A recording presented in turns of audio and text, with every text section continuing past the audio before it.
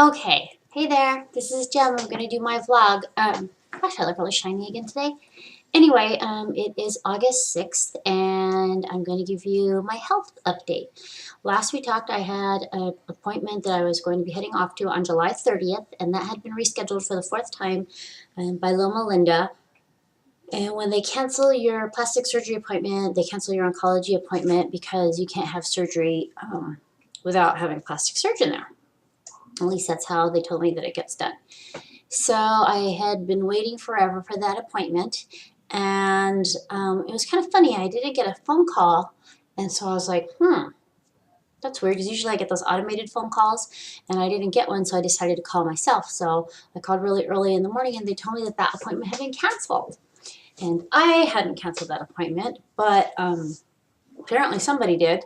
So when she asked me if I wanted to reschedule, of course I flipped out and everything, and I said some bad things, and I hung up the phone because I was very, very frustrated. The other reason I was frustrated is because I had already had an appointment with an outside plastic surgeon. He was considered a community plastic surgeon, and he did have Loma Linda privileges. So I really, really liked him, and he's the guy I told you about that I really liked, Dr. Miles. But Dr. Miles had given me a call the other day, and it was kind of interesting because he personally made the phone call to me and told me that he had been trying to contact my insurance company. Sorry about that. And that they had not responded to him. So he couldn't really do the surgery if they wouldn't authorize everything. Now, they had authorized the consultations and all those things, but they wouldn't authorize the surgery. So while I thought that I had found a good plastic surgeon and I was going to go to my oncology appointment, that he just said he was going to just stop because he had contacted them every day for 2 weeks and they never responded. They never said no or yeah or anything, which I thought was just insanity. I mean, why would they refer me to him and go through all that and then not even respond? And I really did like him. So on, I guess the Friday, that was like Thursday, and then I had contacted my therapist that I've had for 2 years, who's really cool.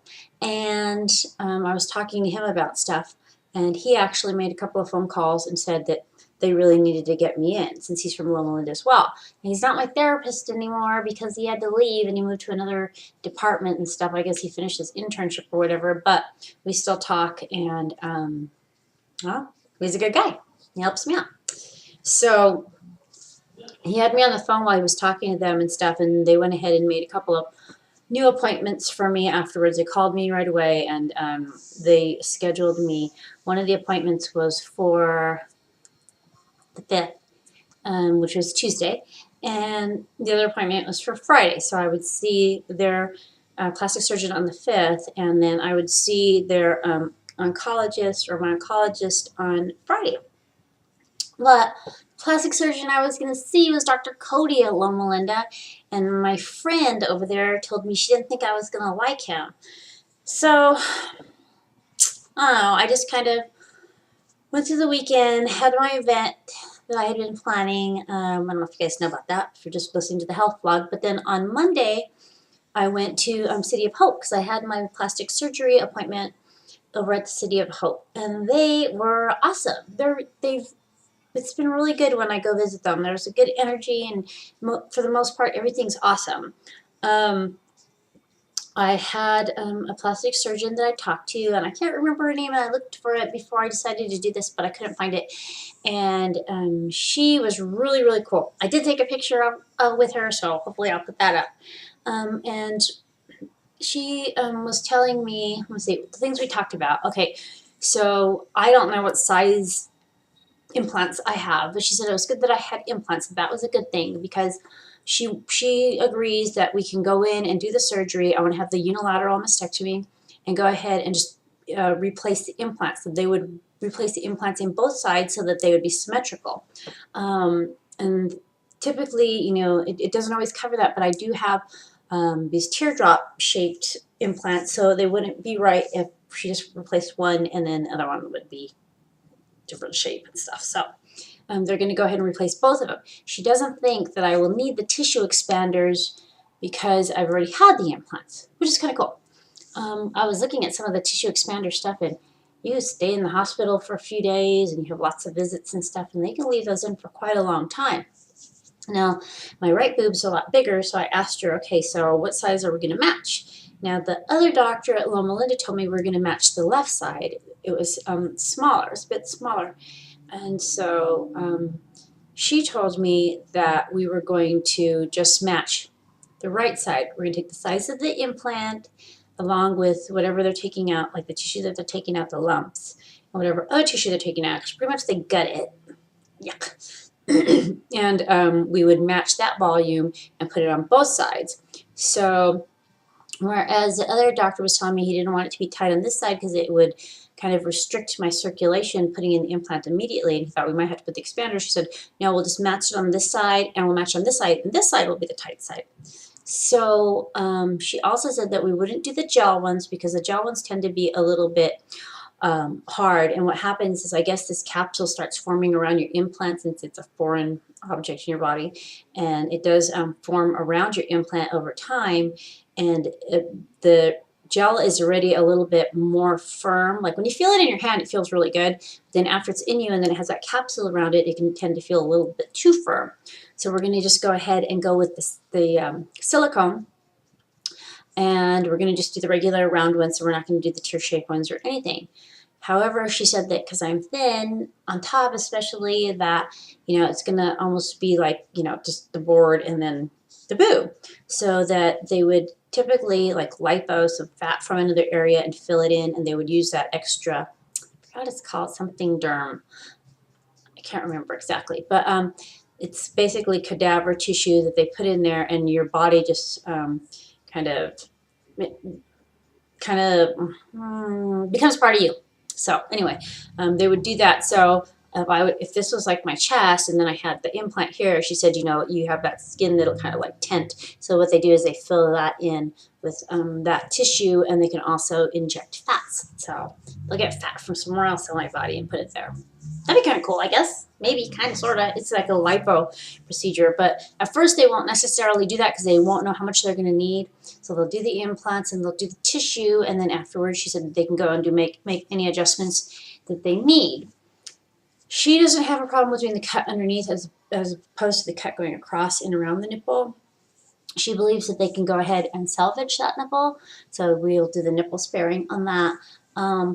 But she was telling me, let me see, that, oh, okay, no, I'll just wait. So that all sounded good. I felt, sorry about that, my Facebook. I felt pretty good about that whole conversation and stuff.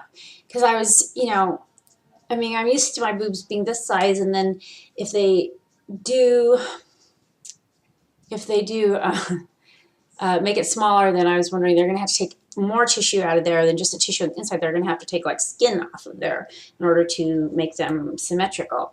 She did say, however, though, since the implant's going to be different, that, you know, my nipple might eventually change the location, and they would probably have to go in and do a second surgery or something like that so they can make the adjustments, especially since it's going to be a different type of implant. You know, she goes, it could be going this nipple side go that way, more off to the side or whatever, so that they could come back and do the adjustment on that later, which I feel pretty good about that. So she was awesome. I think that's all I had to say about that. But let me see. Then I went to the next day. Really didn't want to go to that appointment, but I did.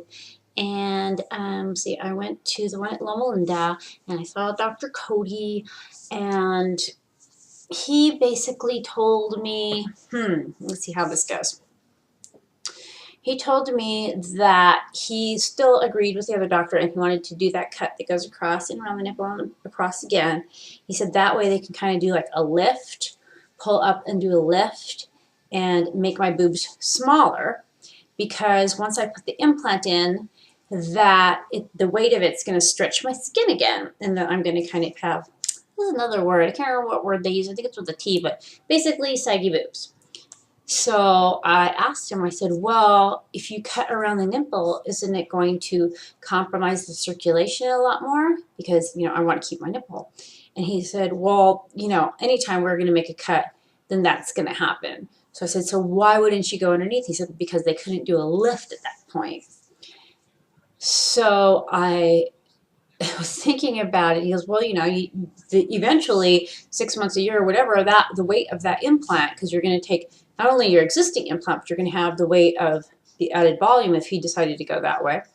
That it would stretch my skin again, and I would kind of have like saggy boobs, and I'm sitting there going, okay, saggy boobs or a huge scar across the front and no nipple.